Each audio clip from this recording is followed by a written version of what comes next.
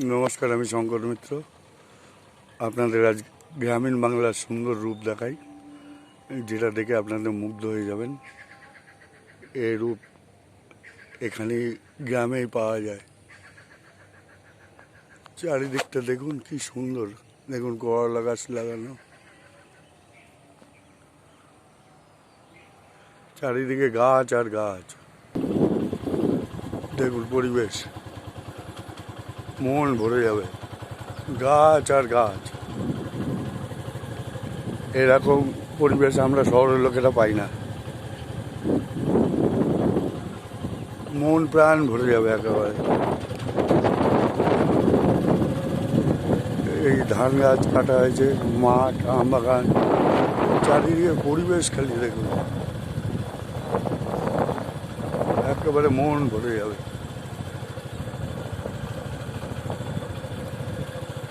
আমার ব্লগগুলো গ্রাম বাংলার উপরে বেশ করে বেশি হয়।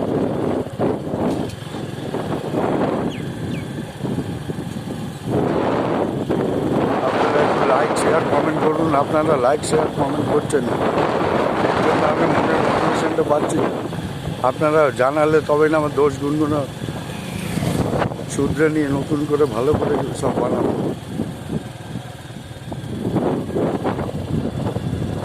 অন্তত প্লিজ লাইক শেয়ার কমেন্ট করুন।